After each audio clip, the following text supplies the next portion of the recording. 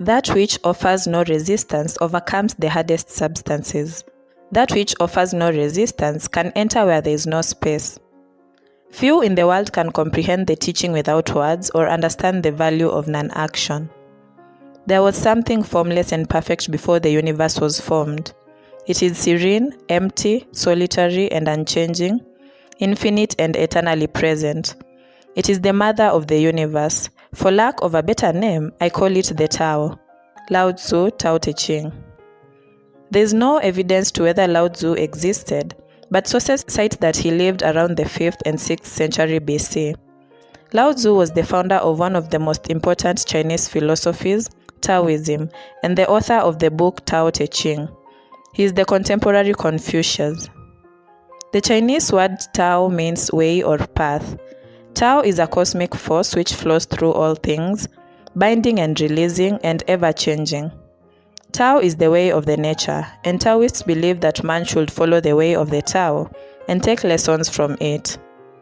This is contrary to Confucianism, which insists that Tao is the ethical or moral way by which humans are to live or are supposed to achieve. Taoists name this an exaggeration of men's strength because they fail to notice the lessons that nature has to offer about time and change.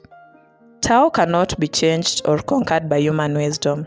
Thus, in order to live in harmony with nature and follow the way and the energy of the Tao, we have to model our ways in conjunction with Tao. Taoism insists on going with the flow of nature, living by its form and not going against it in any way.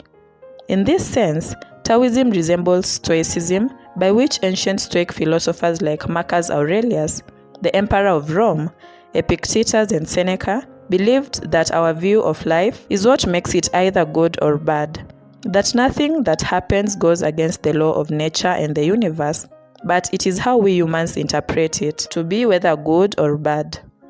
So we can either choose to embrace life as it comes or be bitter about it and live a life of suffering. Taoism also mentions that nothing in life is bad in itself, but it is because of our self-interest and our poor view of the world that we see life as good or bad. Everything that happens follows the way of the Tao. It cannot be bad, therefore. In Taoism, there is action and non-action. The active expression of Tao is Te, a type of spiritual credit that one earns by performing correct virtues. The non-action is Wu Wei and is best understood as acting through non-action. It can also be translated as effortless action or action through non-action. It does not mean achieving results without working at all, but it refers to acting without forcing issues. This kind of state is also known as flow state, or what is termed by artists and athletes as being in the zone. For example, when an artist is drawing, he or she is fully engaged and engrossed in their work, that they move effortlessly through space and time.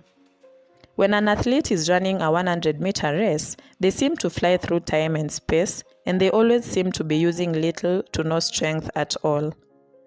There are no worries, no extremes, and no ruminations in this state, as everything seems to be going as per the natural order of things.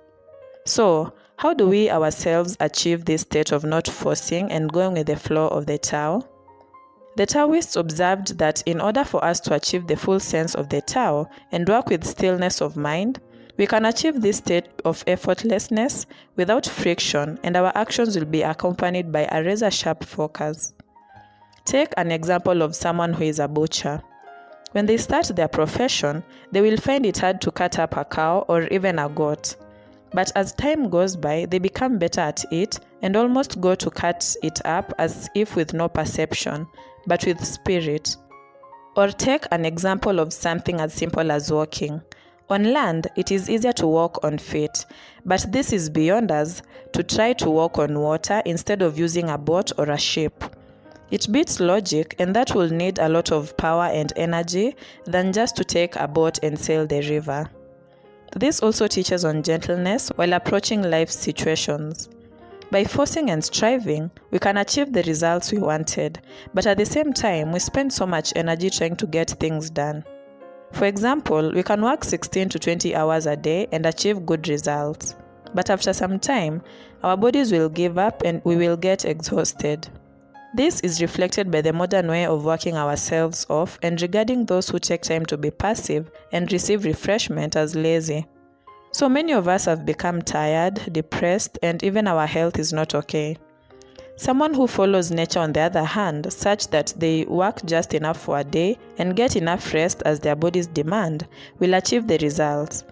This is because they approach the task with intelligence, knowing when to act and when not to, balancing action and non-action. When we look at nature and take its example, we will realize that we don't have to strive hard to get things done.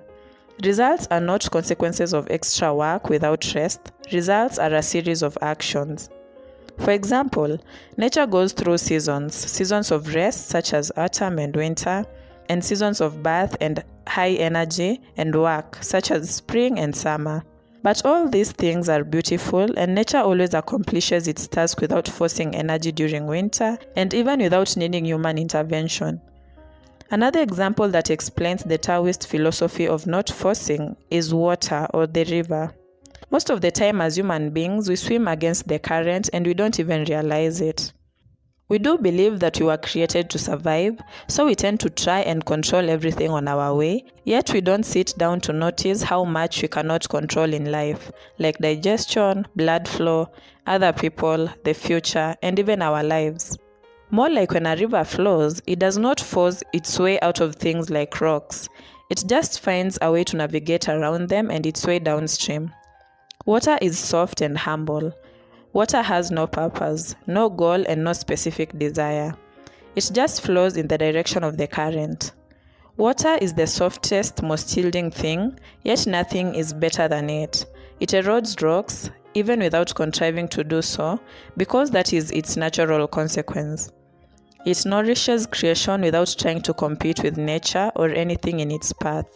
The supreme good is like water, which benefits all creation without trying to compete with it. When one is in a state of flow, they forget the results, the pressure of the task, and just do it without outside force. You just let go. With Wu Wei, the goal is called Po, which is aimless action, because with a goal, one will develop anxiety about achieving it. Just like playing a musical instrument, most people play with no goal at all. They always seem to enjoy it, even without looking at where their fingers are touching or the key that they just played. They seem like they care less whatever they play, and with this, one enjoys the music they play.